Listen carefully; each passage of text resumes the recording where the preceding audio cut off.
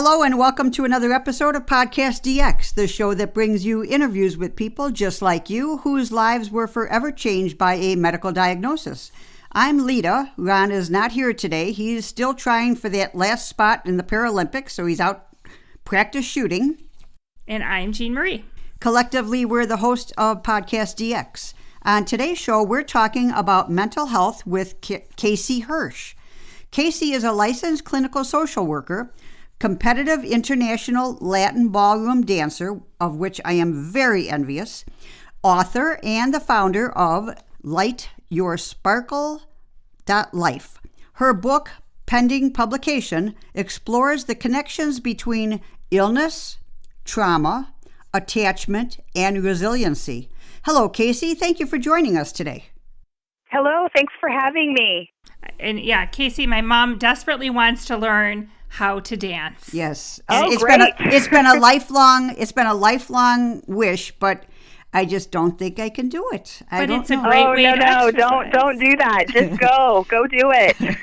All right. I could see my mom, out there now. Right. I'm happy to sign her up.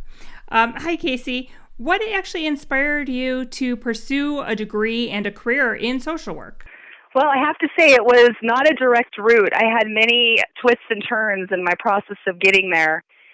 I grew up in a small rural community with limited resources, and I focused on academics as a way to feel like I could be something and get out of there. And I had really great teachers who helped me get scholarships into college. So I went to UC Davis, and as an undergrad, I chose a degree in business because it's the only degree that I knew of. It's the only degree that we talked about in my small community. Go into business and you can do anything you want.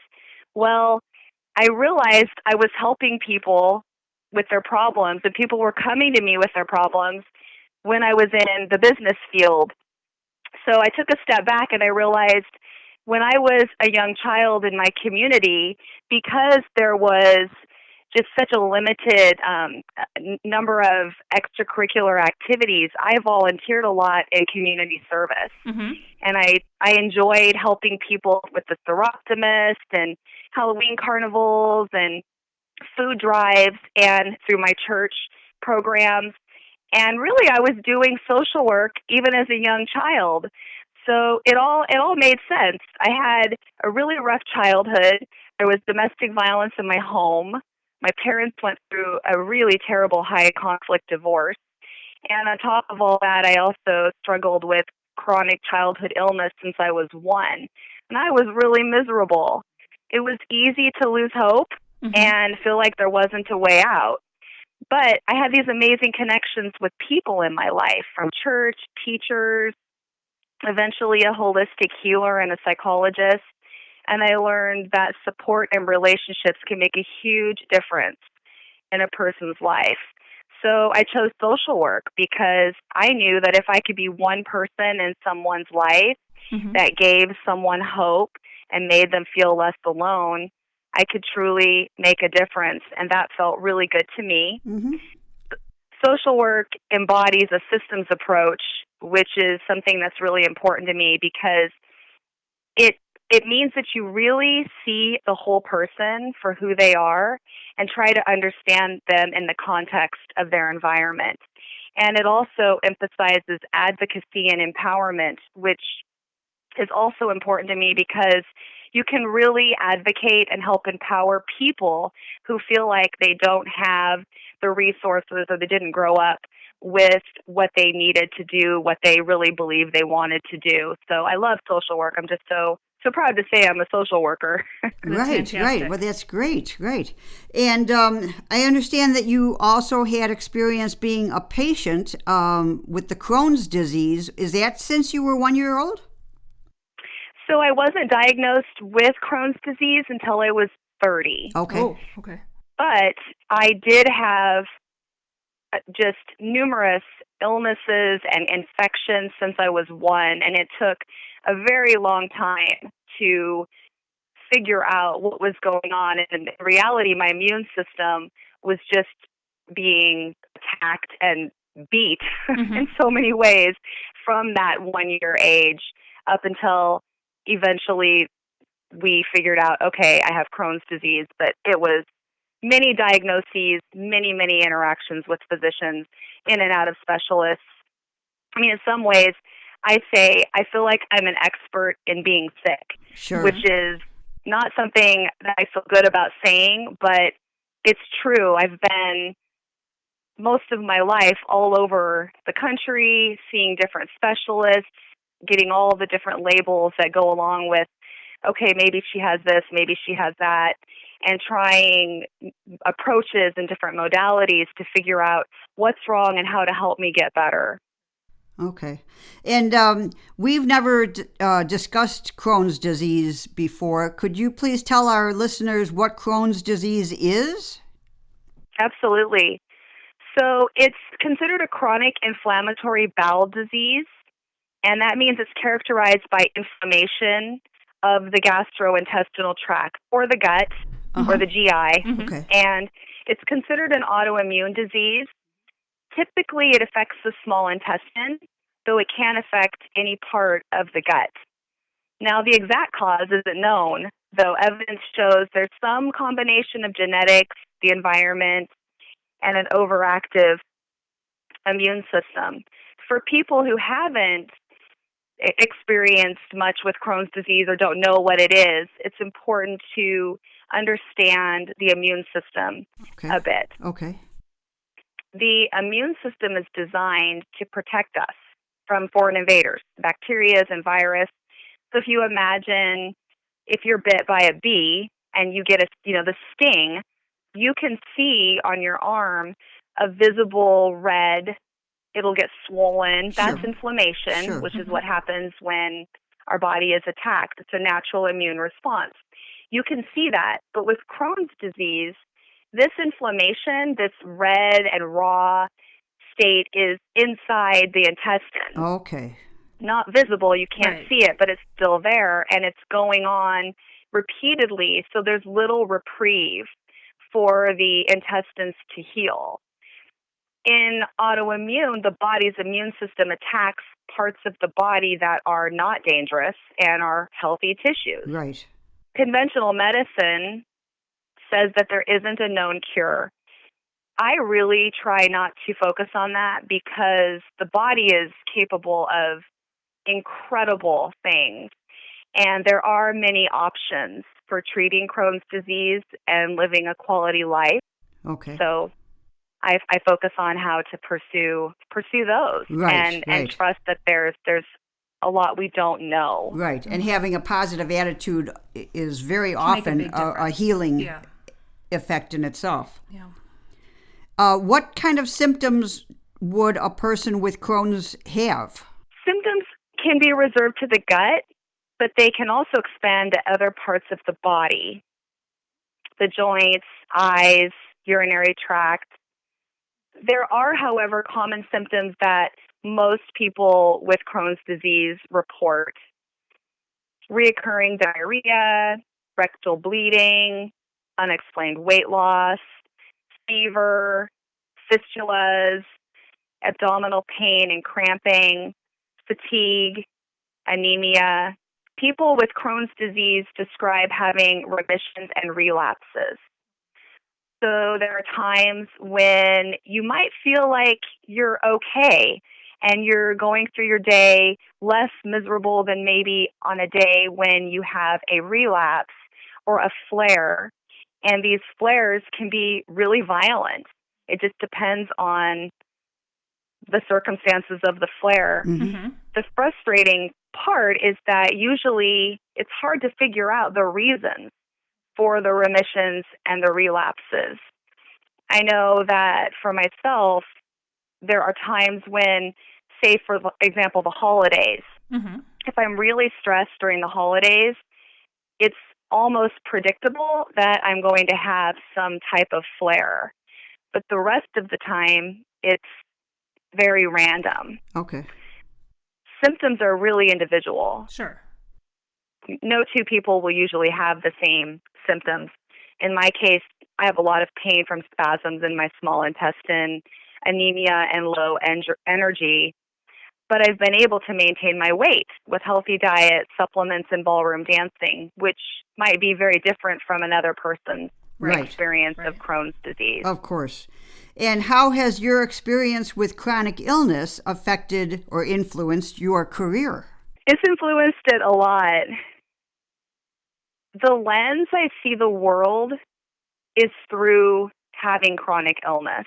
You can't help but not look at the world that way. And it's really important. I have to catch myself often that I don't take on the patient identity and that I don't become the illness, because it's really easy to do that when you've had so much of it throughout your lifetime. On the other hand, having dealt with illness since I was a child, I really understand the emotional, social, and physical ramifications of illness. There were times I lost hope and was told I would never get better, even that I might lose part of my intestines, which fortunately I haven't. But I found strength and resources around me and realized that healing from Crohn's disease really does take a team. And as a social worker, I get to be part of this team. Oh, okay. Yeah, that's fantastic. Yeah. It's really great to be part of that team. I need a team myself, and I also can be part of a team for other people. My career has been focused on helping others identify their own healing resources, helping them expand options, empowerment, more important, connecting the dots of their own lives, which is essential for healing. When you have Crohn's disease, it's exhausting. And just going through the day without trying to have to also educate yourself on how to get better, it's a lot. Sure. The more we share our knowledge and experiences, not only do we feel less alone, but we learn new things we can try to help us cope. Okay. Absolutely. Yeah, that's what our whole podcast is about. Right. Yeah. It's so true. It's why I was also inspired to be on it, because you're exactly right. It's what you're doing. Sharing information. And empowering I'm others. passionate about building a community that empowers us as experts in our own bodies. The way to do that is to get educated. I really hope that I can make things a little bit easier for others. I don't want them to go through what I went through trying to find my way through illness and a very complicated medical system. Oh, yeah. Yeah. And as someone, I myself have dealt with chronic illness, and so has my mother. It's not easy. No matter how you look at it, it's not easy. But what are some of the ways that you have treated your own Crohn's disease, or that you've found helpful, and how do you live with it day to day? And what techniques or innovations or treatments have you tried, and how have they been effective? That's a show in and of itself, I bet. Absolutely. That's true. And we'll refer people to your website as well to learn more about you and everything, because it's a lot to try to cover in one question. Sorry. But I definitely have some things to say about that. When I was a child until my mid-20s, the only approach that my family and I knew is conventional medicine. At the time in the 80s, which is still common that physicians treat symptoms with antibiotics, but in the 80s, there wasn't a lot known about the gut microbiome and the impact of too many antibiotics on the system. Every time I had an illness, infection, the doctor would prescribe me an antibiotic. And that was a way to treat the symptoms, but also as a way to figure out what was wrong with me. So by my 20s, I had been on hundreds of antibiotics. Oh, wow. It's a lot. I didn't get better. In fact, I was getting worse. Over time, I learned about holistic approaches to illness.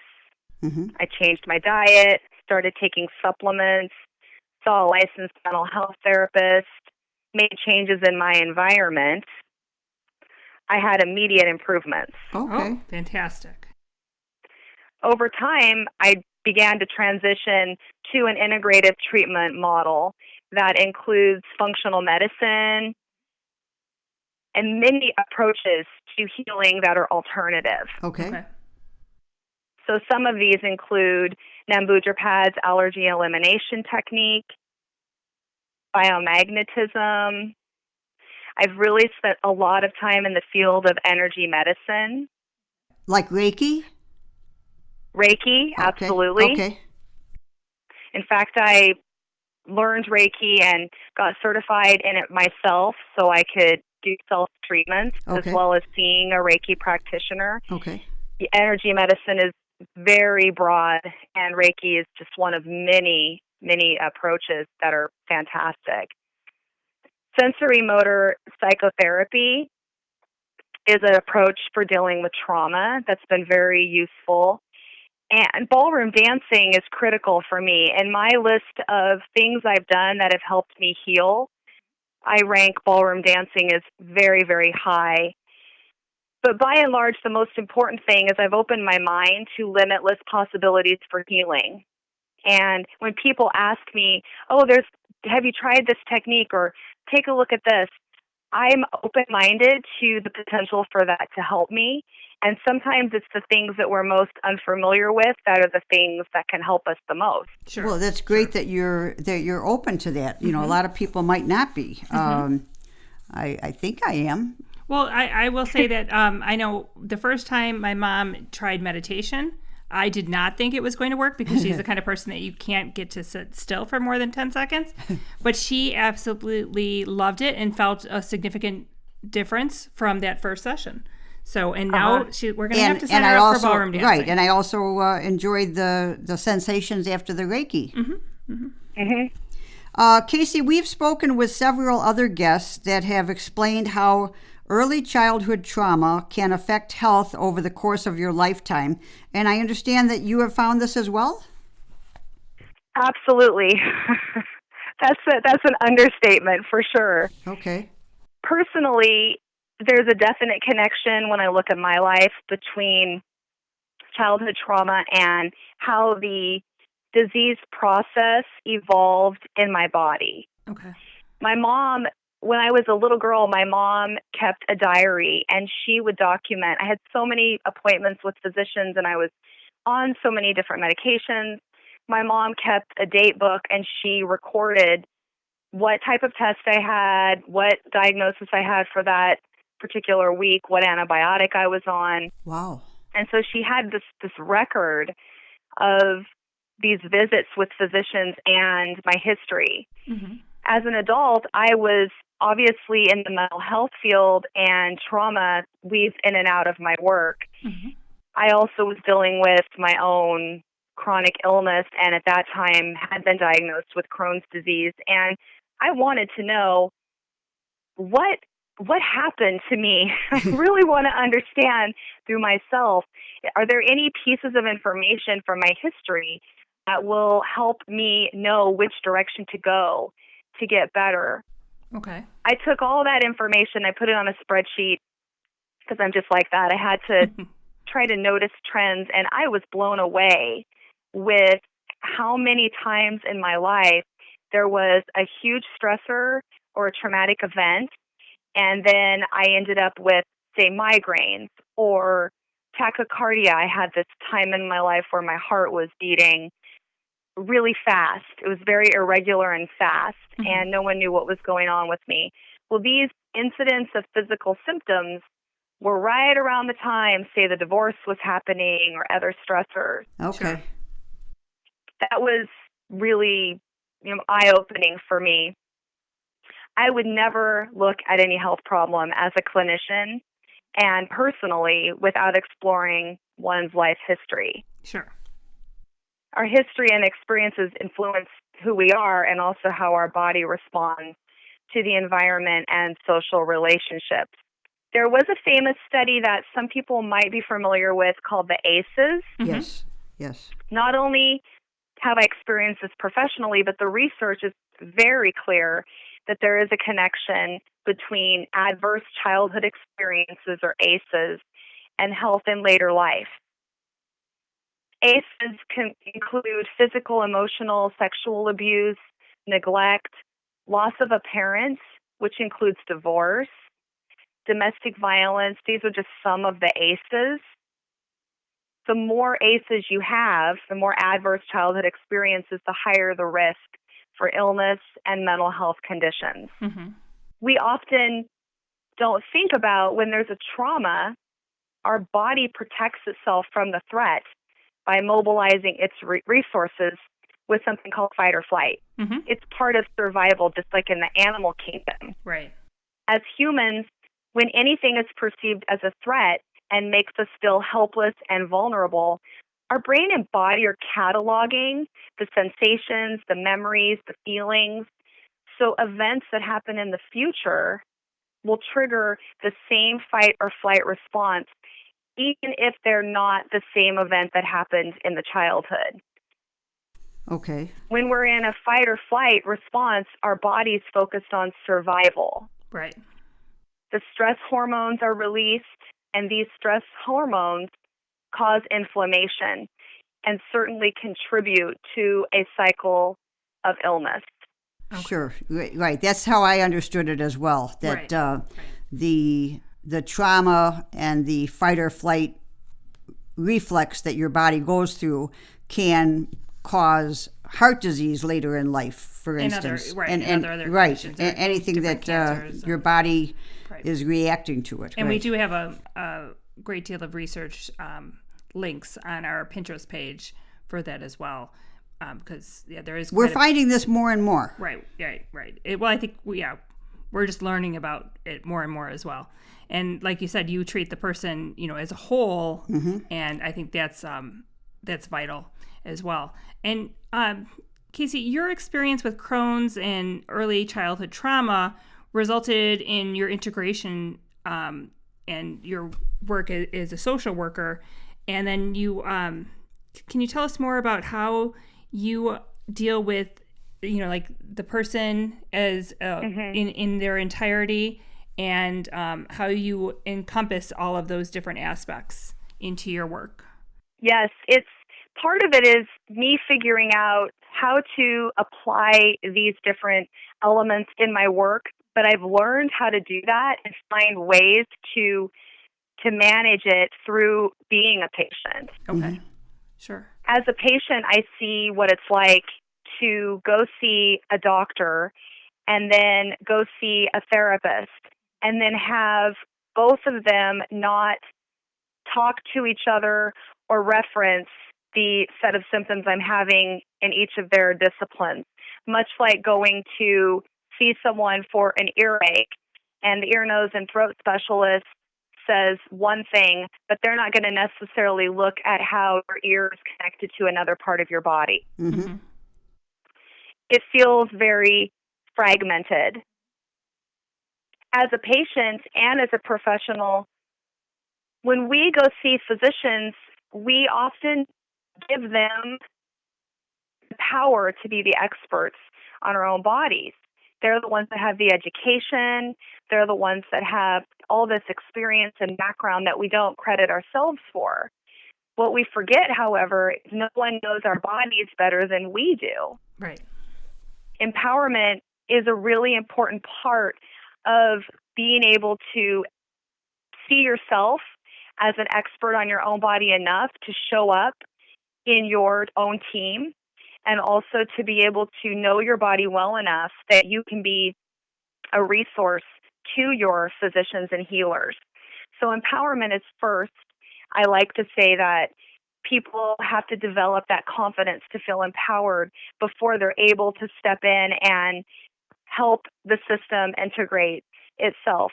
So in the mental health profession, we often see that there's a physical illness that can bring on mental health symptoms, but the mental health symptoms can also cause the physical problems. Right. And most physicians treat the symptoms and aren't trained to talk about emotions and life history. So the integration comes from how do you view the whole person? And this has inspired me to find ways to help others and myself through education and my role as a social worker to understand that there really is a connection between the two. To make sense of it, I developed the healing wheel, which is comprised of what I believe are the essential components to healing. That include the emotional, the physical, and passion. Passion's very important because these are the things that give us joy, the things that are already part of our daily lives, whether it be music, ballroom dance, pet companionship, fitness, art, just whatever it is that really you feel joy and you live for. They offer health benefits that need to be considered equal to everything else in our lives. And the healing wheel has been one way to depict all of this and help people see that there are many different parts working together. Many different pieces come together to lay a foundation for disease. Right. Do you work with a certain age group as a social worker, or do you cover any age? So in my history, I focused on working with teenagers. Okay. And that was children's history and trauma, childhood trauma. Now in my career, I enjoy working with all ages, but especially adults, because adults are the ones who are taking their children to see the doctors. They're the ones who are in that more proactive role, especially when they have a child with illness or they're dealing with it themselves. And they are the ones that are most accessible for the education at this point in time. I hope that changes. It'd be great for this to become a thing where we teach children in schools that you are many parts, and that would be fantastic. But so right now it's more of an education role that I serve, and of course anybody who wants that education is going to approach me and going to be part of the process. Sure. And can you tell our listeners about the resiliency of healing and what exactly is Light Your Sparkle? Light Your Sparkle, yes. Get asked that a lot. Where did you come up with Light Your Sparkle? Well, back when I was in my master's program, I worked in a community that had been really hit with suicides and substance abuse overdoses greater than the national average. There was a lot of research going on to find out what happened and what was going to help bring the community back. And they adopted something called the 40 Developmental Assets by the Search Institute. It's a model that describes what helps communities become more resilient, which is that ability to adapt and recover when faced with adversity. They found there were certain elements of communities and individuals' lives that help people become more resilient. I like to think of resiliency as the strengths that we all have in our lives. Sometimes we lose sight of who we are, especially when there's trauma and stress and when we've lived with chronic illness. But even when we think we don't have resiliency, there are others around us who know that we do. They're there to remind us of what we're made of. And when you lose who you are, or maybe you never got to know yourself because your life was built around meeting the needs and approval of others, which we all so often do, it becomes very hard to heal. I chose the name Light Your Sparkle because, one, it's really fun in the ballroom dance community because the clothes, everything is very sparkly. And it's an idea, a metaphor for how you feel seen and how you derive your confidence as you sparkle. But that's just a fun kind of inside part for me. The bigger picture is that Light Your Sparkle reminds me of my power and my purpose. Okay. When you light your sparkle, it's about finding who you are and growing it, connecting to those things that make you feel like, yeah, this is me. It's about lighting the sparkle of hope inside you, the energy that describes your essence. If we light our sparkle, we become our most valuable resource. Within us, we already have the wisdom that we need to live the life that we want. I like to help people light their sparkles. I also need people and things in my life to help me light mine. Okay. I think we all do. Yeah, absolutely. Is this something that you think we're both, Jean and I are both military veterans. Do you think that this is something that could be used in the veterans arena with people that have PTSD or people that are, having other mental conflicts that they might have lost whatever it is that they thought was within them when they came home from. Well, I think also that the fact that you lose a sense of a person of self when you're transitioning out of the military, right, and into a VA system. Yeah, I do, because I actually worked for a small period of time with combat veterans and the PTSD, and when they came back from having been in Iraq. Your identity, when you go into the military, you have to have your identity cultivated around the mission. Mm-hmm. That's how you stay focused. Your identity has to be focused. Right. You are very loyal to your group, to your team, and to the mission. And that focus is what helps you survive. But a lot of times then, of course, when you retire from the military, you're done with your mission, you look at yourself and you don't know. There's a lot of grief and loss because you don't know who you are, and you've stepped away from something that gave you so much purpose. And that's a really hard place to be. And I think that people, when you don't know who you are and you haven't had a chance to really just get in there and know what feels good to you because you've had tasks to perform and you've had a thing you've got to get this done, sometimes you don't have that focus on who you are. This is a lifelong process. When we're not part of ourselves and we don't sense ourselves and we're not comfortable with who we are, these are all things that create imbalance in the body and the mind and the spirit. Mm-hmm. So absolutely helping veterans light their sparkles is fantastic. Everybody can benefit from that for sure. Yeah, I think we're gonna put some focus on the veterans community with this episode too. Mm-hmm. Mm-hmm. Yeah, we'll definitely direct a lot of it that way. Right. Casey, what tips, hints, helpful advice do you have for our listeners in regards to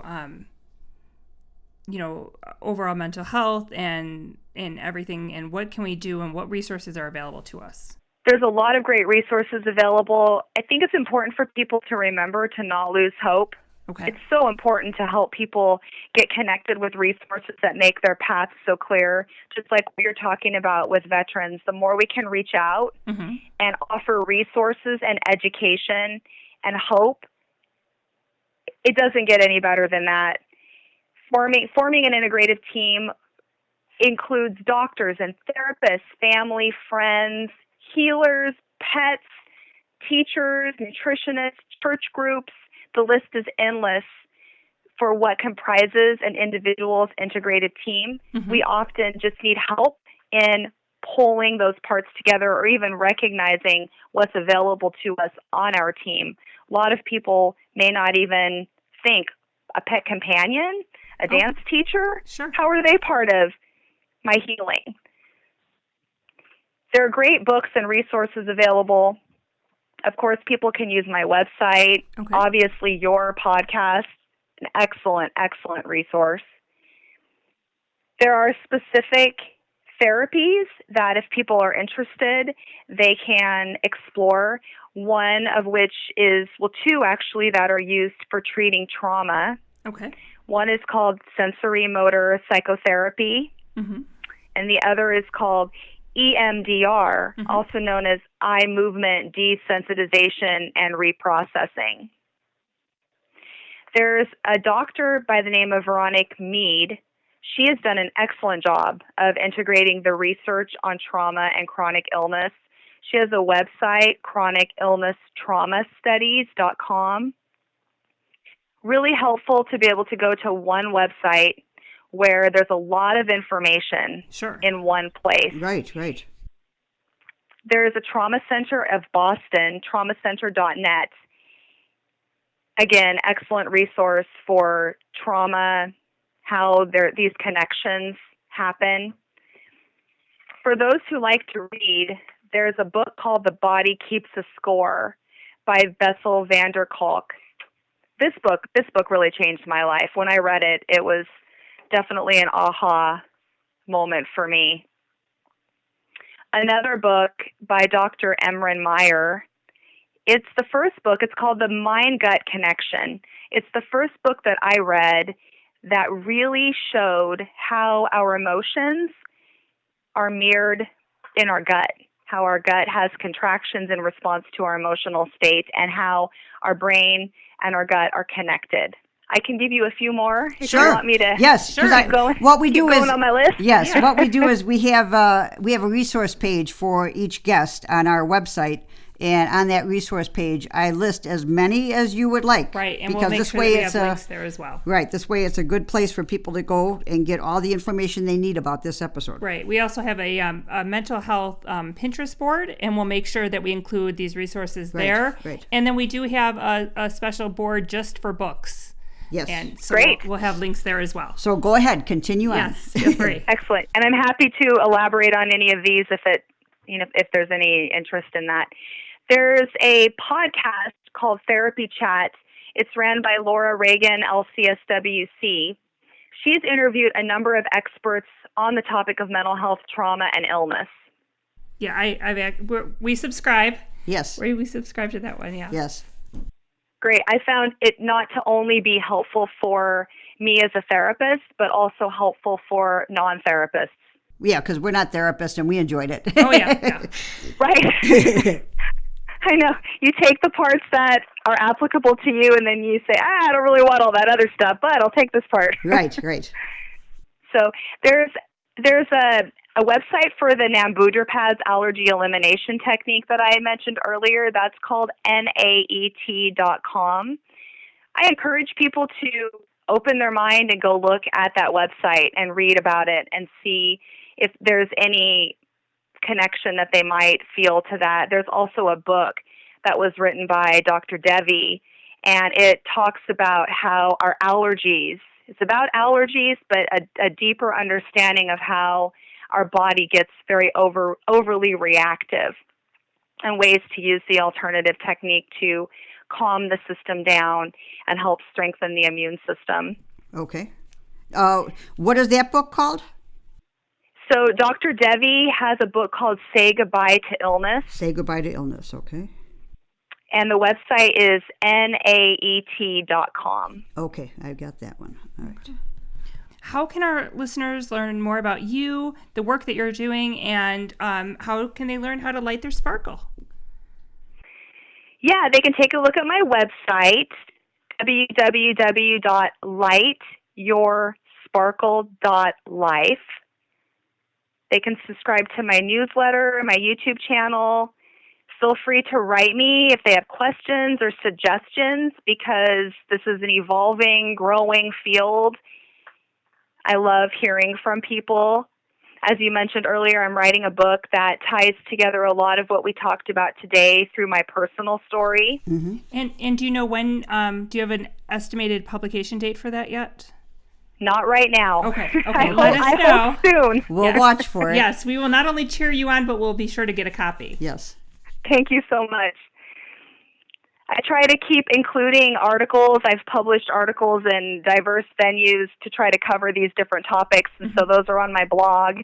I also have a section on my website that separates the physical. It's not intended to separate, but just for ease of getting the information. There's a physical, emotional, and passion section, and there's articles that are written by other professionals that talk about how these categories can be very diverse and how we all have these parts of ourselves that need to be integrated into our healing approach. Sure. Okay. Absolutely. Yeah, I've enjoyed reading your blog as well. Thank you very much, Casey, for joining our show today. Yes, it was a pleasure to speak with you. Likewise. And if our listeners have any questions or comments related to today's show, they can contact us at PodcastDX@yahoo.com, through our website, PodcastDX.com, on Facebook, Twitter, Pinterest, or Instagram. And if you have a moment to spare, please give us a review wherever you get your podcast. As always, please keep in mind that this podcast is not intended to be a substitute for professional medical advice, diagnosis, or treatment, and always seek the advice of your physician or other qualified healthcare provider with any questions you may have regarding a medical condition or mental health condition or treatment, and before undertaking a new healthcare regime. And never disregard professional medical advice or delay in seeking it because of something you've heard in this podcast. Till next week.